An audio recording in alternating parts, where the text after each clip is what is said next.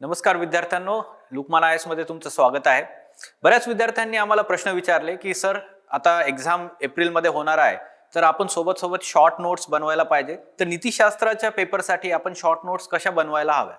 तर मागच्या 7 वर्षापासून जसं मी विद्यार्थ्यांना गाईड करत आहे, मेंटर करत आहे एथिक्ससाठी, तर मी त्यांना कंटिन्युअसली एकच गोष्ट सांगत आहे की शॉर्ट नोट्स कशा बनवायच्या, त्यातले सर्वात महत्त्वाच्या 5 गोष्टी कोणत्या आपल्या नोट्समध्ये असल्या पाहिजेत. प्रश्न कसाही विचारला तरी ह्या 5 गोष्टींमधून तुम्हाला कंटेंट जनरेट करता आला पाहिजे आणि तुमचं उत्तर लिहिता आलं पाहिजे. तर हे तुमचं एक रामबाण शस्त्र तुमच्याकडे असणार आहे एथिक्सच्या नोट्स बनवण्यासाठी. लक्षात ठेवा मित्रांनो, ह्या 5 गोष्टी कोणत्या आहेत चला तर पाहूया. सर्वात पहिले आपण कुठल्याही कॉन्सेप्टमध्ये, क्वेश्चनमध्ये जो काही तुमची संकल्पना विचारलेली आहे, कॉन्सेप्ट विचारलेला आहे, तर त्याची मानक व्याख्या जी आहे तुम्ही लिहिली पाहिजे, स्टँडर्ड डेफिनेशन लिहिली पाहिजे. ठीक आहे, तर सर्वात मोठी ज्याला म्हणतो आपण गोष्ट, आणि सर्व विद्यार्थी जेव्हा आपण पाहतो मोस्ट ऑफ द स्टुडंट्स त्यांनी काय करतात की हे व्याख्या जी आहे ती एकदम जनरल टर्म्स मध्ये लिहितात, कारण की त्यांनी एकदम स्टँडर्ड डेफिनेशन तयारच केलेली नसते महत्वाच्या कॉन्सेप्टसाठी. आणि तिथंच आपण पाहतो की त्यांचं इंट्रोडक्शन हे एकदम साधं आणि सरळ होऊन जातं आणि त्याचे मार्क्स त्यांना जास्त मिळत नाहीत. ठीक आहे, तर स्टँडर्ड डेफिनेशन आपल्याला तयार करायची आहे. प्रत्येक जे आपल्या सिलेबसच्या अभ्यासक्रमाचा कोणतेही मुख्य संकल्पना आहेत, महत्वाच्या संकल्पना आहेत, त्याच्या डेफिनेशन किंवा नागरी सेवा मूल्य जे लिहिलेले आहेत, foundational values of civil services, त्यांचे एकदम छानपैकी डेफिनेशन तयार करून ठेवा तुमच्या नोट्समध्ये. दुसरी महत्वाची गोष्ट म्हणजे महत्वाच्या संकल्पना आणि प्रमुख संज्ञा, म्हणजे काय, की टर्म्स. आता समजा एखादा प्रश्न तुमच्या डायरेक्ट सिद्धांतावरतीच विचारलेला आहे की तुमचा व्हर्च्यू एथिक्स, त्याबद्दल तुमचं काय मत आहे. ठीक आहे, तर त्यावरती जेव्हा प्रश्न येतो तर त्यातल्या काय मूलभूत संकल्पना आहेत, महत्वाच्या संकल्पना आहेत, आणि त्यातल्या सोबतचे की टर्म्स काय आहेत, हे की टर्म्स फक्त त्यामध्ये लिहायचे आहेत. ठीक आहे, तुमच्या नोट्समध्ये त्याचं डिटेल एक्सप्लेनेशन लिहायचं नाही, कारण की ते तुमच्या डोक्यामध्ये पहिलेच तयार झालेलं आहे. ठीक आहे, तुम्हाला त्या गोष्टी समजलेल्या आहेत. सिद्धांत आणि संकल्पना तुमच्या समजण्याच्या गोष्टी आहेत ना, कॉन्सेप्च्युअल अंडरस्टँडिंग. तर त्या गोष्टी लिहून ठेवायच्या नाहीये आपल्या नोट्समध्ये. ठीक आहे, तर नोट्स ह्या आपल्या एकदम संक्षिप्त असल्या पाहिजे, शॉर्ट असल्या पाहिजे, आणि त्याचंच आपण परत परत रिव्हिजन करू, तेव्हाच आपल्या गोष्टी जास्त डोक्यामध्ये राहतील आणि आपण एक्झाम मध्ये जास्तीत जास्त गोष्टी लिहू शकतो. तर दुसरी गोष्ट तुम्हाला समजलेली आहे, महत्वाच्या संकल्पना आणि प्रमुख संज्ञा. मी ह्यावरती एक एक्झाम्पल तुम्हाला शेवटी एक्सप्लेन करणार आहे की ह्या नोट्स कशा बनवायच्या. त्यासाठी मी एक एक्झाम्पल दिलेला आहे आणि या 5 गोष्टी त्यामध्ये तयार करून तुम्हाला मी आता एक्सप्लेन करणार आहे. तर तुम्ही व्हिडिओ शेवटपर्यंत पहा, तुम्हाला सगळ्या गोष्टी क्लिअर होतील. तिसरी गोष्ट महत्वाची तुमच्या नोट्समध्ये असली पाहिजे ती उदाहरणे, आणि त्यातल्या त्यात नागरी सेवकांची उदाहरणे. जर ते नागरी सेवकांसाठी खूप महत्वाची गोष्ट आहे, प्रशासनासाठी खूप महत्वाची गोष्ट आहे, तर तिथले तुम्हाला एक्झाम्पल उदाहरणं असली पाहिजेत तुमच्या नोट्समध्येच. का गरजेचं आहे, कारण की उदाहरणं आपण विसरून जातो, आणि 13 प्रश्न जे आहेत आणि प्लस तुमच्या 6 केस स्टडीज आहेत, तर त्यामध्ये तुम्हाला खूप सारे उदाहरणं लिहायचे आहेत.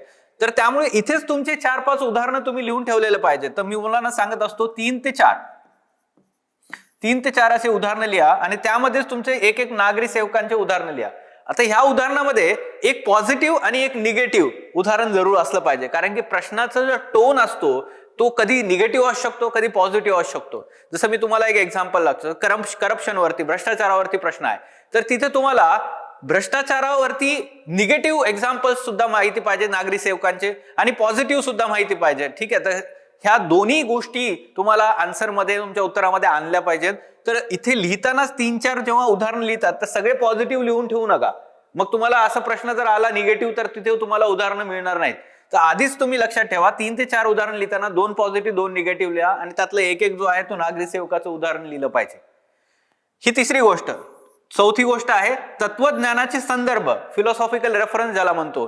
कुठलं तत्वज्ञान आणि कुठले तत्वज्ञानी जे आहेत किंवा तत्वज्ञ आहेत त्यांचा संदर्भ, त्यांनी काय बोललेलं आहे ह्या दिलेल्या प्रश्नामध्ये जी संकल्पना विचारली आहे त्याबद्दल, हे तुम्हाला आधीच तुमच्या नोट्समध्ये लिहिलेलं पाहिजे. आणि त्यांनी कोणती एखादी छानपैकी कोटेशन दिलेली आहे का ते सुद्धा तुम्ही लिहिलं पाहिजे.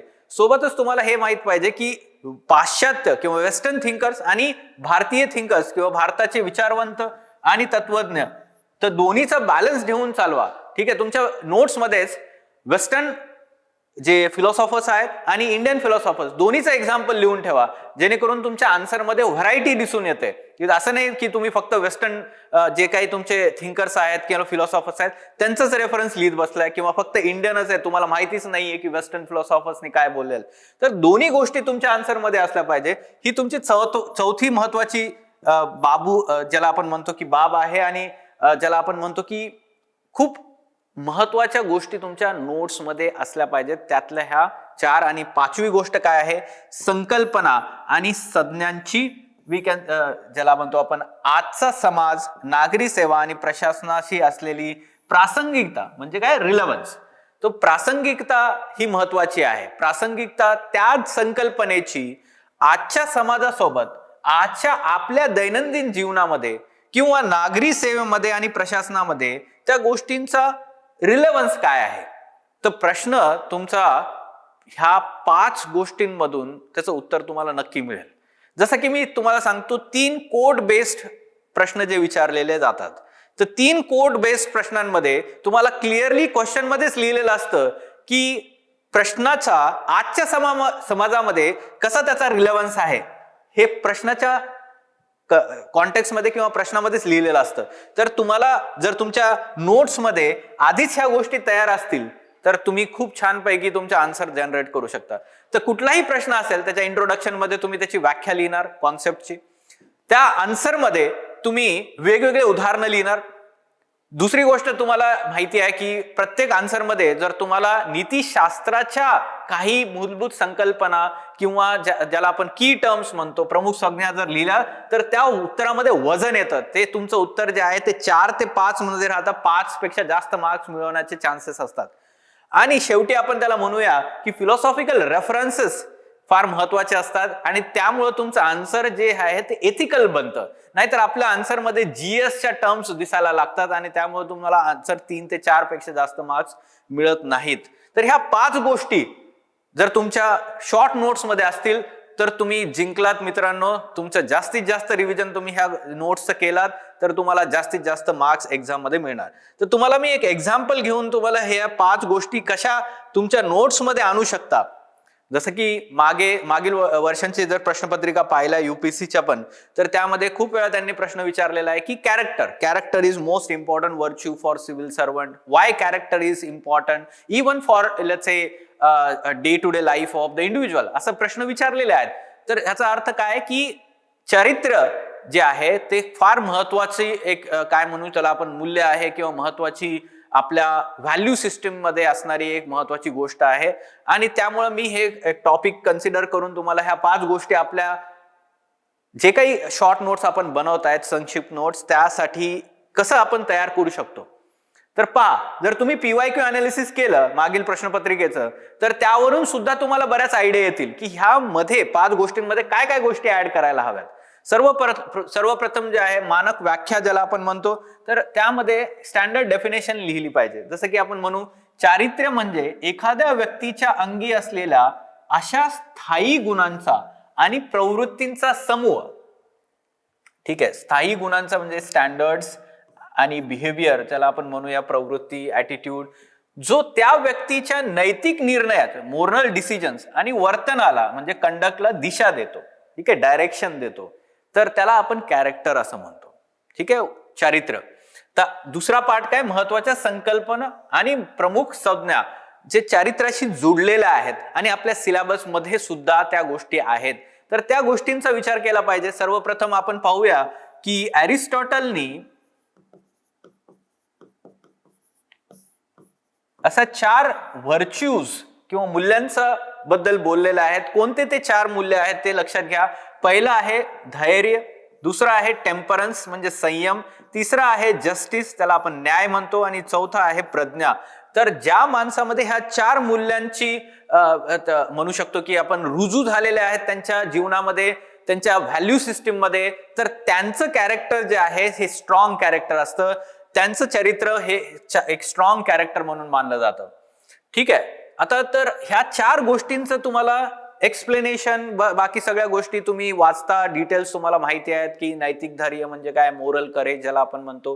तर एक सिंपल लँग्वेज मध्ये मी तुम्हाला समजून सांगतो की नैतिक धैर्य म्हणजे एखाद्या ठिकाणी समजा इनजस्टिस होत आहे, अन्याय होत आहे, तर त्या ठिकाणी तुम्ही स्टँड घेऊ शकता का, त्या ठिकाणी तुम्ही न्यायाची सोबत देऊ शकता का, तर ह्याला आपण म्हणतो नैतिक धैर्य. तर तुमच्यावरती खूप सारे प्रेशर आहेत, चॅलेंजेस आहेत, चॅलेंजिंग सिच्युएशन आहे, आणि त्यावेळेस तुम्ही तुमच्या व्हॅल्यू सिस्टीम मध्ये जे काही व्हॅल्यूज आहेत त्यावरती उभे राहतात का, तर त्याला आपण म्हणतात नैतिक धैर्य किंवा मोरल करेज. जर आपण एक्झाम्पल घेतलं तर किरण बेदी, जसं मी तुम्हाला एक चांगल्या कॅरेक्टर्सचं एक एक्झाम्पलची लिस्ट सुद्धा दिलेली आहे, किरण बेदी. तर त्यांनी त्यांच्या जेव्हा ते आपल्या प्रशासनामध्ये होते, आता ते रिटायर झालेले आहेत बरोबर की नाही, पण जेव्हा त्या प्रशासनामध्ये होत्या आणि दिल्लीमध्ये जेव्हा त्या ऑफिसर होत्या, तर त्यांनी एका मिनिस्टरच्या कारला पण त्यांनी चलन लावलं होतं जेव्हा ते पार्किंग मध्ये ती गाडी उभी नव्हती. तर ह्याला काय म्हणतात, नैतिक धैर्य. तर पाहायला गेलं तर ते मिनिस्टर आहेत ना, त्यांचं तर प्रेशर असणार ना त्यांच्यामध्ये, पण त्यांनी काय केलेलं आहे, तर व्हॅल्यू सिस्टीम त्यांची जे आहे, ते नागरी सेवेचे मूल्य जे आहेत, सचोटी असेल, प्रामाणिकपणा, निष्पक्षता ज्याला आपण म्हणतो, निष्पक्षपातीपणा, इम्पार्शलिटी, ह्या सगळ्या गोष्टींचं रिफ्लेक्शन त्यामध्ये दिसून येतं. आणि त्यांनी जे डिसिजन घेतलंय त्याला आपण एथिकल डिसिजन म्हणतो. त्यांचे ऍक्शन्स जे आहेत ते एथिकल ऍक्शन्स आहेत. दुसरा, संयम. ठीक आहे, आता जेव्हा नागरी सेवेमध्ये तुम्ही रुजू होणार तर तुमच्याकडे खूप सारे पॉवर्स येणार, आणि ते पॉवर्स आपण ज्या यूज करणार आहोत, ते पॉवर्सचा आपण उपयोग करणार आहोत, तर तो उपयोग आपण स्वार्थासाठी करतोय की निस्वार्थपणे लोकसेवेसाठी करतोय, हे फार महत्वाचं आहे. आणि त्यामुळं आपल्या पॉवर्सचा खूप व्यवस्थित आपण उपयोग केला पाहिजे. जर आपण तो दुरुपयोग केला स्वार्थासाठी, कारण की तिथे खूप सारं टेम्पटेशन असतं ना, आपण करप्शन करण्यासाठी, भ्रष्टाचार करण्यासाठी, स्वतःचा फायदा करून घेण्यासाठी. जर आपल्यामध्ये संयम, टेम्परन्स जर नसेल तर आपण तो करप्शन करणार आणि त्या पॉवरचा मिसयूज करणार. तर त्यामुळे ही एक महत्वाचं आपल्या कॅरेक्टरसाठी, चारित्र्यासाठी एक महत्वाची संकल्पना आहे म्हणू शकतो. न्याय, जस्टिस. आपण जे काही आपले ऍक्शन्स आहेत किंवा आपले काही निर्णय असणार प्रशासनामध्ये आपण घेताना, आपण जस्टिस आपल्या माइंडमध्ये ठेवलं पाहिजे, न्याय आपल्या माइंडमध्ये ठेवलं पाहिजे. आपले जे काही निर्णय असतील ते निष्पक्ष असले पाहिजेत आणि कुठल्याही लोकांना कुठलाही प्रकारचा भेदभाव न करता तर आपण जे काही निर्णय घेतले पाहिजेत, तर त्याला आपण न्याय म्हणतो. आणि सर्वात महत्वाची जी संकल्पना आहे ती आहे प्रज्ञा, ज्याला आपण विजडम म्हणतो. ठीक आहे, तर आपली जी सतसत विवेक बुद्धी आहे ती आपण वापरून आपले निर्णय घेतले पाहिजेत. आपण जे काही आपला एक्सपिरियन्स आहे, नॉलेज आहे, तो आपण आपला निर्णय घेताना जी काही सिच्युएशन असेल त्यावेळेस आपण हे सगळं लागू केलं पाहिजे. तेव्हाच आपलं डिसिजन हे वाईज डिसिजन म्हणू शकतो आपण, आणि त्याला आपण प्रज्ञा म्हणतो. ठीक आहे, तर ह्या 4 गोष्टींची अरिस्टॉटलनी खूप जास्त एम्फेसिस केलेला आहे. आणि त्यानंतर आपण सत्यनिष्ठा, ज्याला आपण इंटिग्रिटी असं म्हणतो, आणि शेवटी निस्वार्थीपणा. जे काही आपण काम करत आहेत ते स्वार्थासाठी नाही तर लोकसेवेसाठी करत आहेत. तर ह्या सगळ्या गोष्टींमुळे आपलं जे चरित्र आहे तेच एक चांगलं आणि स्ट्रॉंग चरित्र असं म्हणलं जाऊ शकतं. आणि त्यामुळे लोकसेवेमध्ये जो काही लोकांचा ट्रस्ट आहे तो चांगला बनून राहील. आणि आपण सुद्धा आपल्या मनाला, आपल्या अंतकरण ज्याला आपण म्हणतो, त्यासाठी आपण कॉन्शियस ज्याला म्हणतो ना, अंतरात्मा, त्याला सुद्धा आपण जेव्हा अकाउंटेबल ठरवतो, उत्तरदायित्व ज्याला म्हणतो, तर तो सुद्धा म्हणतो की नाही आपण बरोबर असणार. ठीक आहे, तेव्हा आपल्याला कुठल्याच प्रकारच्या मनामध्ये एक विचलता नसणार किंवा कुठल्याही प्रकारचे हुरहुर लागलेली नसणार. आणि आपण रात्री जे म्हणतात ना की जेव्हा आपण कोणती गोष्ट चांगल्या पद्धतीने पार पाडतो, आपण चांगले डिसिजन्स घेतो, लोकांसाठी डिसिजन्स घेतो, तर आपल्याला चांगली झोप येते रात्री. ह्या सगळ्या गोष्टींचा आपण विचार करतो. ठीक आहे, तर ह्या सगळ्या मूलभूत संकल्पना, महत्वाच्या संकल्पना कळलेल्या आहेत. आता चरित्र कसं बनलं जातं, त्याचे फॅक्टर्स काय आहेत, घटक काय आहेत, तर आपण लहानपणापासून चरित्र घडत आलेलं असतं. ते काही एकदाच एका रात्रीतून चरित्र घडत नसतं. तर कुठले घटक त्यामध्ये महत्वाचा रोल प्ले करतात? सर्वात पहिला आहे कुटुंब, फॅमिली, आणि त्यामध्ये सुद्धा आई वडील. ठीक आहे, आई वडील जे आहेत ते आपल्याला आपली मूल्य जी आहेत, आपली व्हॅल्यू सिस्टीम मधली जी मूल्य आहेत ती आपल्याला देतात. लहानपणापासून आपल्याला आई वडिलांनी प्रामाणिकपणा आणि आपण सचोटी किंवा निस्वार्थपणा, लोकांना मदत करणे, सहानुभूती जी असते, समाजामध्ये जे दुर्बल घटक आहेत त्यांच्यासाठी सहानुभूती असणं, हे सगळ्या गोष्टी आपल्याला लहानपणापासून आपल्या आई वडिलांनी शिकवलेल्या असतात.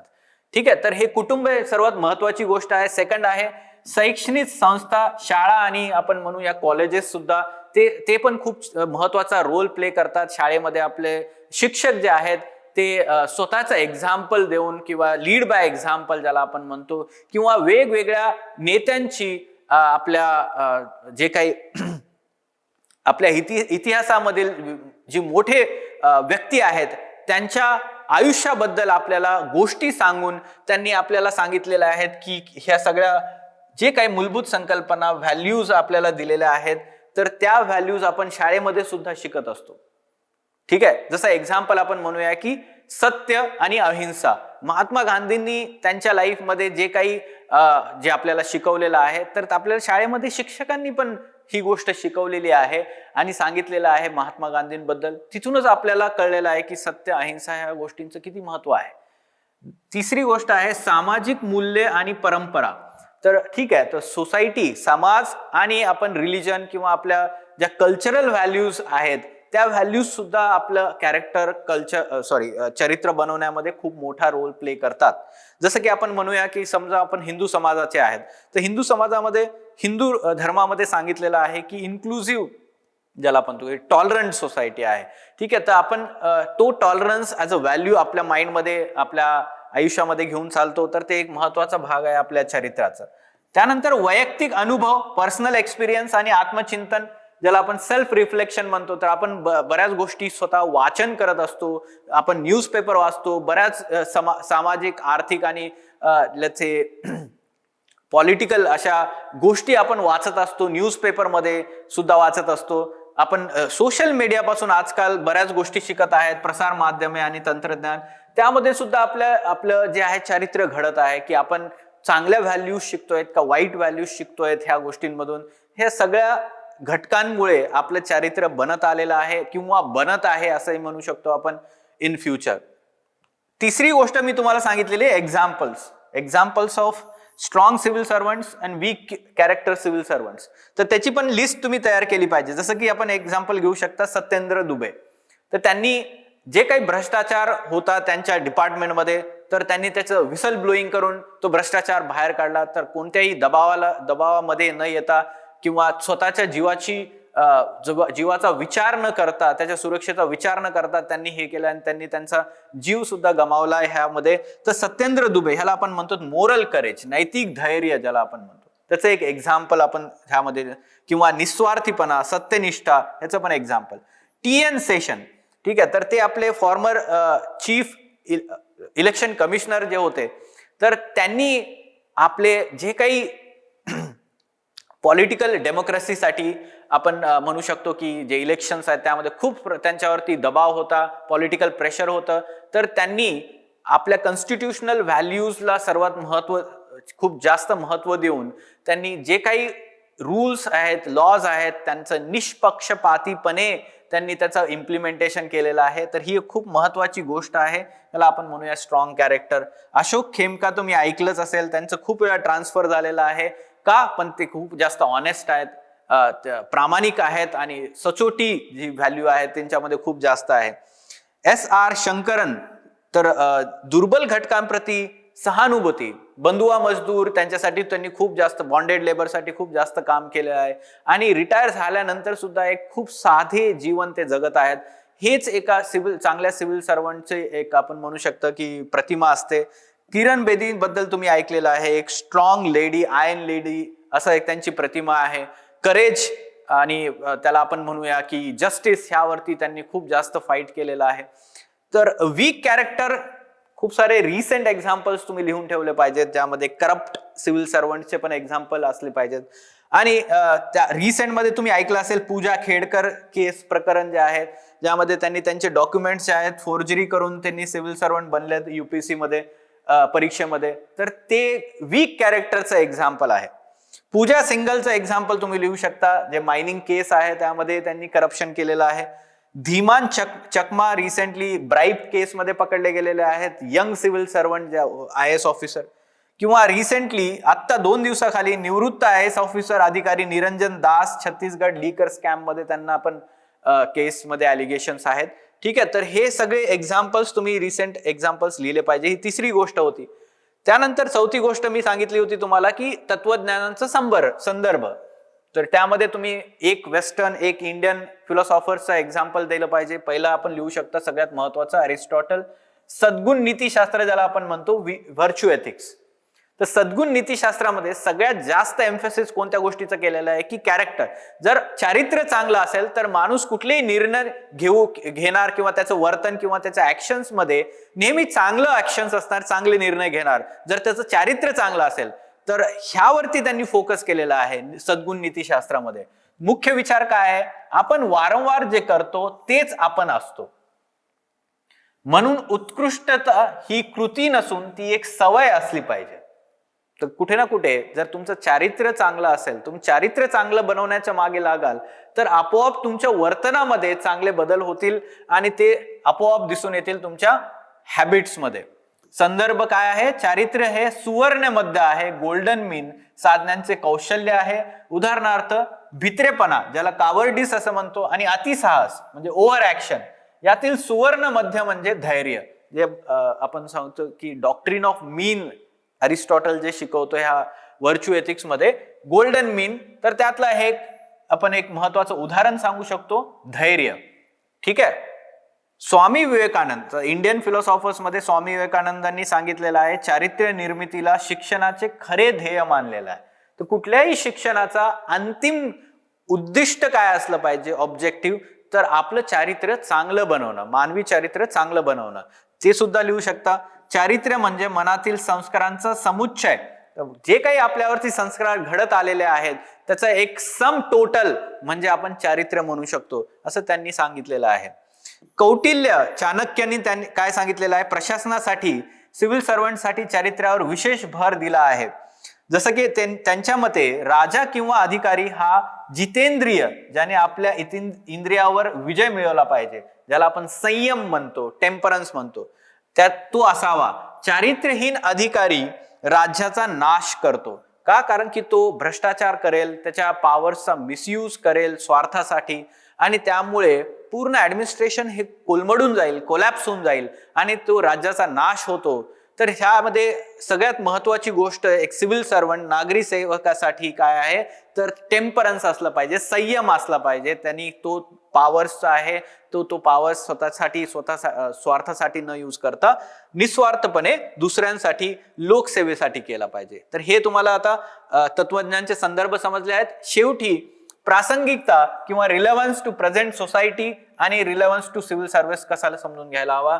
त्यामध्ये रिलेव्हन्स टू सोसायटी, नैतिक संभ्रम किंवा दुविधा दूर करणे. तर एथिकल डायलेमा, मोरल डायलेमा जेव्हा आपल्या दैनंदिन जीवनामध्ये येतो तर तो कसा दूर करता येईल, तर आपलं जर चारित्र्य स्ट्रॉंग असेल तर आपण बरोबर त्या दुविधेमधून बाहेर येऊ शकतो. नाहीतर आपल्याला ती दुविधा जी आहे ती खूप त्रास देऊ शकते. ठीक आहे. जसं की तुम्हाला एक सिंपल एक्झाम्पल सांगतो की लॉ वर्सेस कंपॅशन. ठीक आहे. तर लॉ वर्सेस कंपॅशन, सहानुभूती ज्याला आपण म्हणतो, कंपॅशन. तर अशा दुविधेमध्ये जेव्हा एखादा सिव्हिल सर्वंट अडकलेला असेल किंवा आपण सुद्धा लॉ फॉलो करायचा आहे एखाद्या ठिकाणी की लोकांची मदत करणे गरजेचं आहे, तर अशा ठिकाणी आपण आपले जर चारित्र्य असेल चांगलं असेल तर आपण नक्की लोकांच्या मदतीसाठी आपण प्रिफर करणार, ना की त्या ठिकाणी जसं की सिग्नल फॉलो करणं. मागे एखादी ॲम्ब्युलन्स येत आहे तर आपण सिग्नल तोडणं महत्वाचं आहे त्या ठिकाणी ॲम्ब्युलन्सला जाऊ देण्यासाठी. एक साधं एक्झाम्पल आहे. ठीक आहे. जर एखादा माणूस असेल की नाही मला चलान लागेल आणि मी फसेल त्यामध्ये, मला रूल्स फॉलो करणं गरजेचं आहे, स्वतःचा विचार करणं तिथे फक्त, तर हे एक वीक कॅरेक्टरचं एक्झाम्पल आहे. कौटुंबिक आणि सामाजिक स्थैर्य. तर ह्यामध्ये एक बॅलन्स लाईफ जगणं. ठीक आहे, की प्रायव्हेट लाईफ आणि पब्लिक लाईफ मध्ये. तर तो जो ज्याचं चारित्र्य चांगलं आहे तर तो त्याचं कौटुंबिक जीवन आणि सामाजिक जीवन ह्याला बॅलन्स करून चालत असतो आणि त्यामध्ये एक इंटिग्रिटी त्यामध्ये दिसून येते की तुमच्या कौटुंबिक जीवनामध्ये जे तुम्ही मूल्य पाळत आहेत तेच तुमच्या सामाजिक जीवनामध्ये सुद्धा रिफ्लेक्ट होत आहेत. जसं की एखादा माणूस घरामध्ये जो आहे तो आपल्या आई वडिलांना, आपल्या बायकोला, आपल्या मुलांना रिस्पेक्ट करत असतो, आदर करत असतो आणि इक्वल ट्रीटमेंट देत असतो, तसंच तो त्याच्या सामाजिक जीवनामध्ये किंवा प्रोफेशनल लाईफमध्ये सुद्धा तो तिथल्या आपल्या कलिग्सला, ज्युनियर्सला, सिनियर्सला, फिमेल कलिग्सला एकदम समान मानून त्यांचा आदर करत असतो. सोशल मीडिया आणि वैयक्तिक प्रतिमा. तर आजच्या जगामध्ये आपण पाहतो की लोक जे आहेत ते सोशल मीडियामध्ये आपलं जास्त आपण कसे आपली इमेज आहे ह्यावरती फोकस करत आहेत आणि सामाजिक जीवनामध्ये किंवा नैतिक जीवनामध्ये, आपल्या कौटुंबिक जीवनामध्ये आपली काय असली पाहिजे प्रतिमा ह्यावरती त्यांचा फोकस नाहीये. ठीक आहे, तर कुठे ना कुठे आपण पाहतो की आपल्या पर्सनल लाईफमध्ये काय चालू आहे ते ट्रू पिक्चर त्यांच्या सोशल लाईफमध्ये दिसत नसतं. तर एखादा माणूस तर चांगल्या कॅरेक्टरचा असतो, तर त्या दोन्हीमध्ये ही समानता दिसून येत असते. ठीक आहे, तर ह्या गोष्टी फार आता रिलेव्हंट झालेल्या आहेत. आता आपण नागरी सेवा आणि प्रशासनातील रिलेव्हन्स काय आहे? जनतेचा विश्वास. जर नागरी सेवक जे आहेत, सिव्हिल सर्वंट जर ऑनेस्ट असतील, सचोटी आणि निष्पक्षपणे काम करत असतील, तर त्या वेळेस लोकांचा प्रशासनावरती विश्वास, सरकारवरतील विश्वास वाढेल आणि त्यामुळं प्रशासन हे जास्त इफेक्टिव्हपणे काम करू शकेल. जसं प्रेझेंट गव्हर्नमेंट काय म्हणतं, सबका साथ सबका विश्वास. तो विश्वास कुठून येणार? जेव्हा सिव्हिल सर्वंट जे आहेत त्यांचं कॅरेक्टर चांगलं असेल तर आपण म्हणूया की जनतेचा विश्वास वाढेल.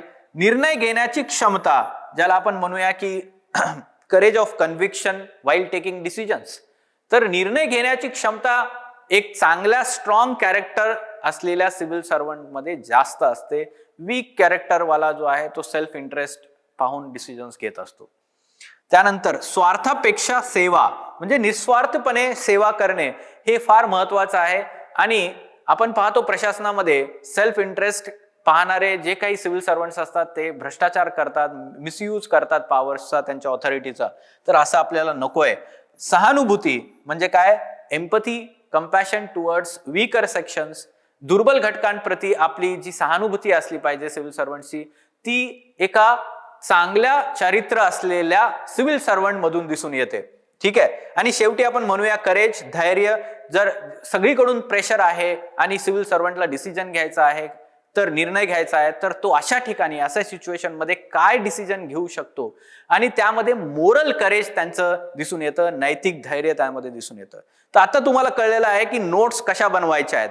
शॉर्ट नोट्स मध्ये फक्त की टर्म्स असल्या पाहिजेत. आता मी 5 गोष्टी ज्या सांगितल्या त्याच असल्या पाहिजेत. त्यालाच तुम्ही 10 वेळा रिवाइज केलं पाहिजे आणि उत्तर लिहिण्याचा प्रयत्न केला पाहिजे. प्रश्न कुठलाही असो मित्रांनो, जर ह्या 5 गोष्टी तुमच्याकडे रेडी असतील तर तुम्हाला उत्तर लिहिण्यामध्ये, स्ट्रक्चरिंग मध्ये काहीच प्रॉब्लेम येणार नाही. तर अशाच पद्धतीने आम्ही तुम्हाला नोट्स आपल्या नीतिशास्त्र टार्गेट 125+ बॅच मध्ये देणार आहोत. प्रत्येक इम्पॉर्टंट सिलेबस टॉपिक आणि PYQचं अनालिसिस करून काही मूलभूत संकल्पना ह्यावरती तुम्हाला अशा 5 गोष्टी असलेल्या नोट्स त्यामध्ये असणार आहेत आणि त्या एकदम शॉर्ट नोट्स असतात. ठीक आहे, तुमच्या 100 पानांच्या आतमध्ये मी तुम्हाला ह्या नोट्स बनवून देणार आहे आणि त्या नोट्स तुम्हाला रिवाइज करायच्या आहेत, आन्सर रायटिंग करायचं आहे, टेस्ट लिहायचं आहे. तर तुम्हाला मी ह्या आधी एक व्हिडिओ तुम्हाला दिलेला आहे की पूर्णपणे टाइमलाईन काय असणार आहे त्या बॅचची. 5 जानेवारी पासून ही बॅच सुरू होत आहे. तर बऱ्याच विद्यार्थ्यांनी एन्क्वायरीज केलेल्या आहेत आणि जॉईन सुद्धा केलेल्या आहेत. तुम्ही सुद्धा मिस करू नका ह्या बॅचला आणि तुमच्या प्रिपरेशनला. ठीक आहे, तर ते टाइम मध्ये झालं पाहिजे आणि एथिक्स ह्या विषयाला तुम्ही लाईटली घेऊ नका मित्रांनो. स्कोरिंग सब्जेक्ट आहे. जर तुम्ही प्लॅन्ड मॅनर मध्ये तयारी केलीत आणि तुमच्याकडे एक छानपैकी स्टडी मटेरियल तयार असेल तर तुम्ही 120+, 125+ टार्गेट करू शकता. ठीक आहे, ओके.